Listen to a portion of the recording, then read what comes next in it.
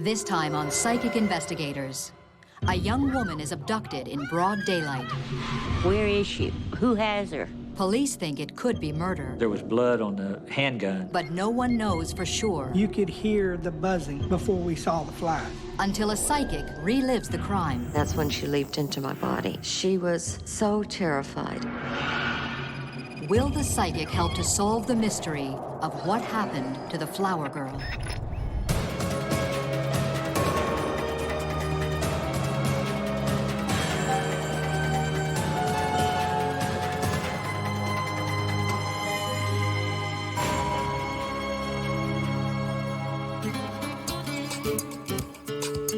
Denton, Texas, on the outskirts of Dallas-Fort Worth, a university town. A town that likes to party, where booze and bars can sometimes mean trouble, like the trouble that erupted late afternoon, July 1st, 1996. A girl that I know was kidnapped. Big white, burly guy in a black late model Chevy pickup. Yes. I took off with her. Just about 5 minutes ago. You'd get calls like this basically every weekend when the bars were open to 2 a.m. in the morning. The two witnesses, patrolmen, saw that both of them had been drinking and didn't believe what they said and thought possibly that it was just a domestic disturbance. The witnesses know the woman they saw kidnapped. She's 36-year-old Diana Goldston, a local photographer who also makes extra money selling roses in the clubs and bars around Denton. People call her the Flower Girl. She would give her shirt off of her back to you if she felt you needed it more than she did. Diana is also a part-time bartender at the Red Derby, the location of the abduction. The owner of the Red Derby called and said that something had happened to my sister. I got a call from my daughter. She said that Diana was taken from the street and kidnapped. The witnesses gave the police the license plate number of the truck. They trace it to the address of Carrie Griffin, ex-wife of John Robert, J.R. Griffin, a known felon from California on parole. Very, very strong, very muscular guy. He scared people. A rookie detective is sent out to question J.R. Griffin's ex-wife. Carrie Griffin says that her ex-husband had been at the house on the day in question, and he had a woman with him.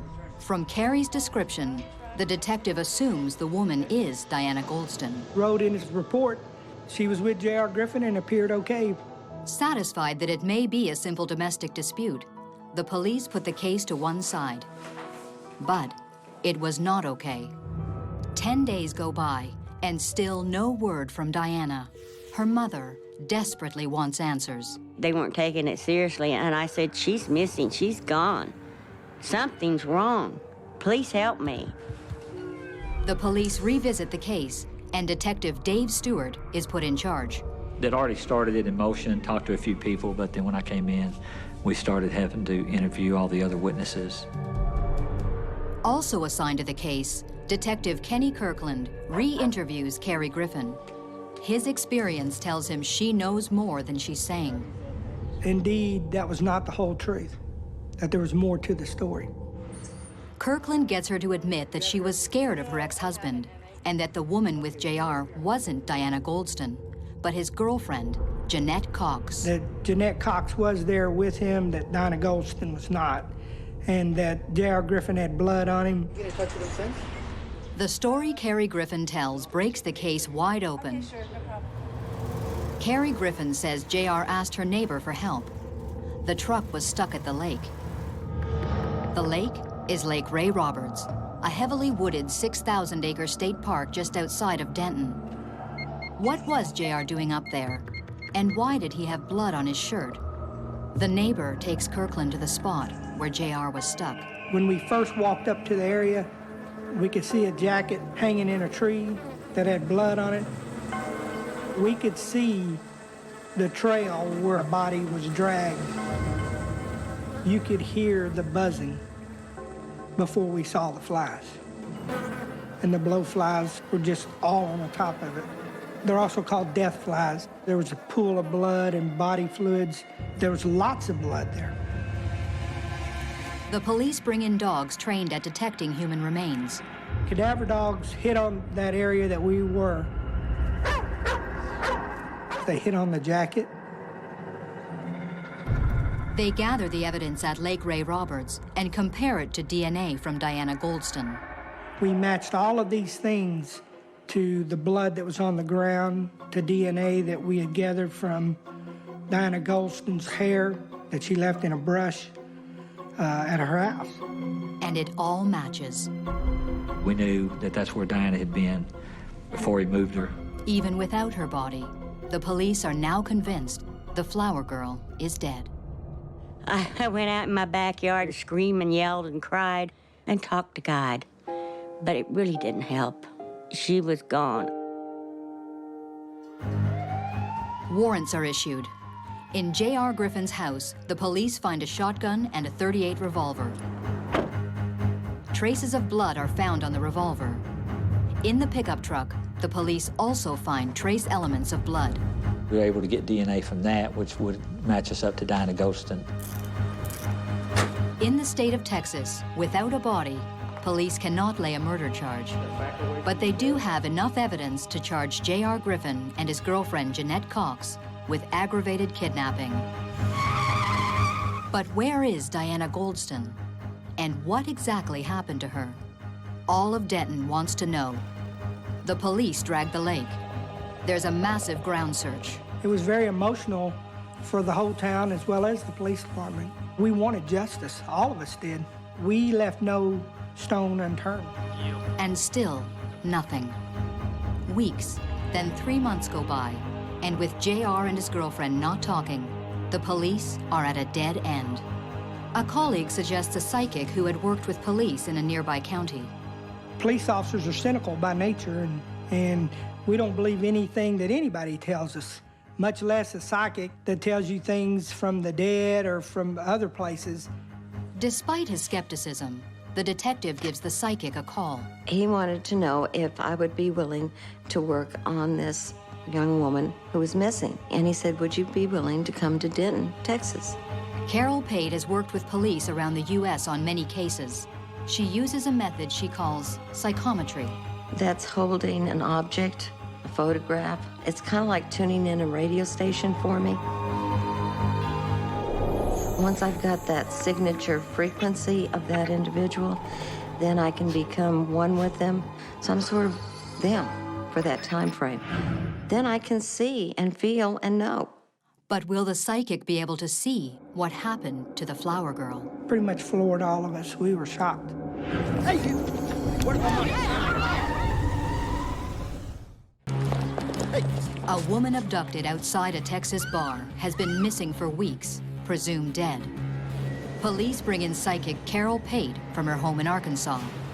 Can she see what the police cannot? We were very frustrated, but we needed some closure for the family and for us in the police department. In the squad room, the detectives put the psychic to the test. We did not give Carol Pate any information whatsoever. We figured if she was truly who she said she was, that she would be able to do these things. We got together several pictures, and some of them were people not involved in the crime, and some were people involved in it. We had not released any of the pictures of people in the press. So I did each photograph. The girl was scared to death. She was murdered. All of us in the room were just silent. This one is the murderer. He was heavy into drugs and that he had zero conscience, none. This one is his girlfriend.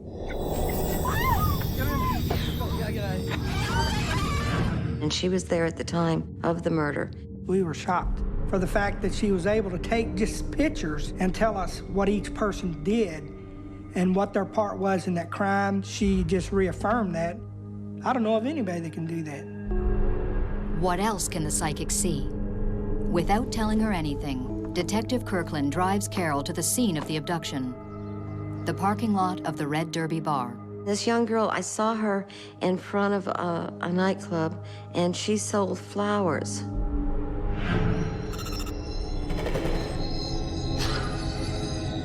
This was where I felt a lot of violence here. This was where the abduction took place.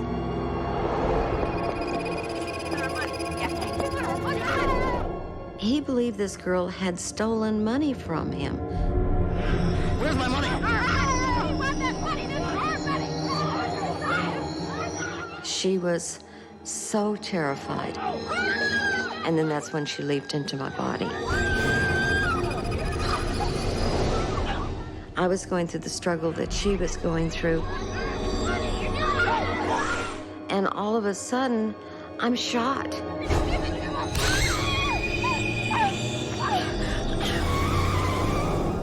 She said she could feel it, just like as if she was Diana Goldston.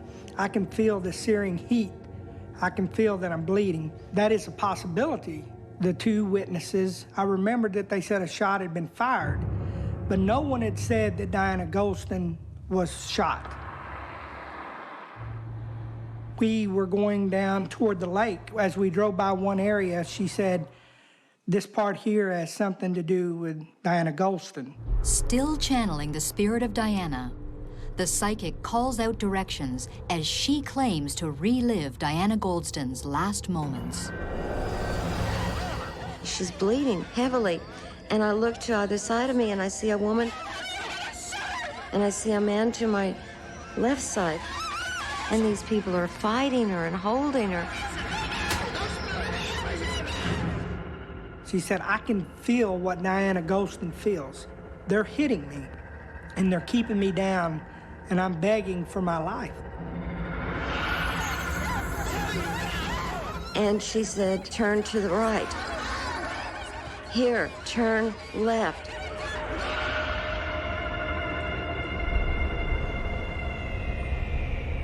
She leads the detective to Lake Ray Roberts. She said, this is where it occurred. This is where Diana Goldston lost her life. This lake is huge. Lake Ray Roberts is a big place. And to be able to narrow it down to one place,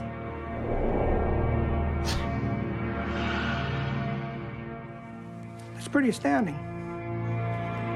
I feel the man and the girl taking her out of the truck.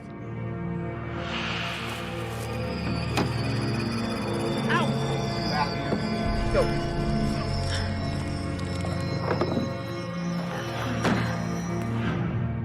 There's a jacket, and he takes it off, and he throws it on a limb in a tree.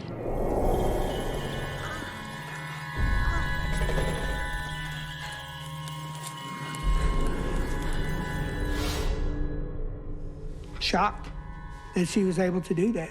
And I saw him dragging my body through the woods.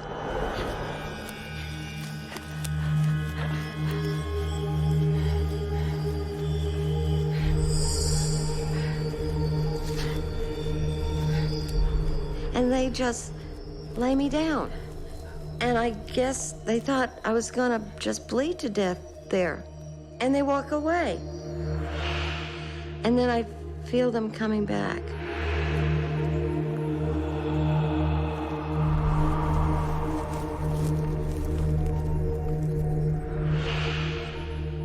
And the man, he stomps my throat with his big boot.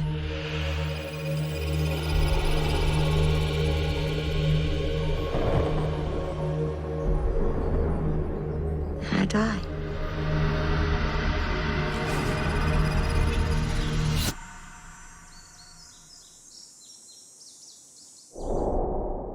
How could the psychic know so much? Carol Pate not only confirmed where police believe Diana Goldston died, but she offers insight into how she died. I can't explain that. Forensics have given some of the details in the case, but with J.R. Griffin and Jeanette Cox saying nothing, Carol Pate is the only one to paint a full picture of Diana's last moments alive. Carol left me some drawings that depicted where she believed Diana Goldston had been taken and laid down a final resting place. There was some graffiti close to a bridge, and the graffiti, that was done like in red. That S was like in red. and there was a cross, and then that Y, and there was this barrel, and I felt like she at one point was placed either in the barrel or around this barrel. Basically, when I draw these pictures, it's what I'm seeing in my head, what the picture that flashes in my head, period. And I try to transpose that picture in my head onto the piece of paper. And I try to get as much detail as possible. But 5 months after the Flower Girl's abduction, there's still no sign of Diana's body. The trial of J.R. Griffin begins. He pleads not guilty. He believed that the police could not touch him, that he was invincible, that nobody could get him. Everything that we gathered together was a circumstantial case, but it was a good enough case because we'd pieced it together. Leanne Breeding is the prosecutor. Our goal was to get him convicted and have him spend as much time in the penitentiary as the law allowed. Without a body, it's hard to prove an exact cause of death that stands up on appeal. And so you take the route where you think you have the better case for the evidence, and in this case, it was the aggravated kidnapping. To the end, J.R. Griffin maintains his innocence. But the jury finds him guilty, and he's sentenced to 40 years. In Texas, juries decide the punishment. And for him to be sentenced to life imprisonment on an aggravated kidnapping case, that's the most he could get. You know, instead of being just this flower girl that he swatted away, suddenly now she was important to the jury. And it was this one person he wasn't even afraid of and thought couldn't do anything that put him behind bars permanently. We asked him again if he would just tell us where she was, that we would not pursue murder charges and he could not get the death penalty in the state of Texas. We wanted to find the body of Diana Goldston to add some closure to her family. And his response to myself and David Stewart at that time was that you'll never find the body of Diana Goldston. With J.R. Griffin in prison and his girlfriend Jeanette Cox saying nothing while she awaits her trial, the police have only the visions of a psychic to explain how Diana died. But that was about to change. I remembered what Carol Pate told me. I remembered it all. It indeed did come to be true.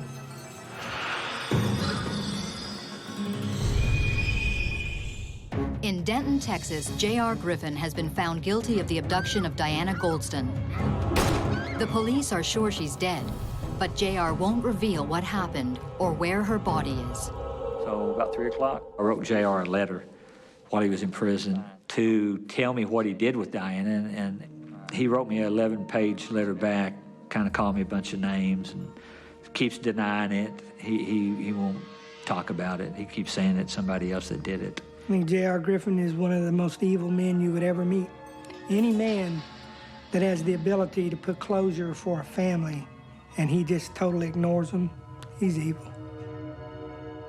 I even wrote to Griffin in prison. In his letters to me, he said, I'll probably die in here, and I thought, good.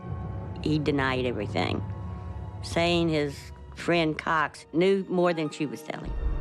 Then, 2 years after the abduction, an unexpected development, and the mystery of how Diana died is finally solved. In exchange for a reduced sentence and no trial, Griffin's accomplice talks. Jeanette told us everything that we didn't know because she was actually there. And she gave details that only a person that was present would know what happened. So he was wanting to go to Denton and told me he had to collect some money. And he just a couple days beforehand, he mentioned about someone stealing his wallet. Hey, you, where's my money? J.R. killed the wrong person because it was all over $400 that someone had taken out of his wallet. It wasn't Diane that stole the money, but she died as a result of something else that somebody else did. Diana Goldston had never done anything to J.R. Griffin. She died for nothing. And he just yanked her up and started shoving her towards the truck. At that time, I hear the gun go off, and I'm very scared. And he says, get her in the truck. Get her in there. And my reaction was just that I've heard this before from Carol. Shot. All I can't remember anymore of the trip because I'm struggling with her to keep her down. He's telling me to keep her down. I punched her once or twice, maybe 3 times.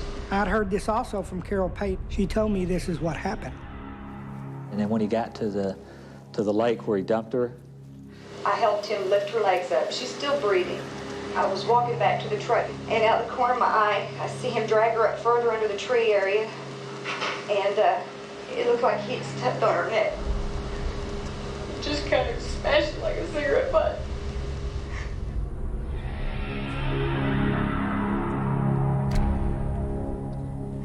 And I acted like I didn't see him.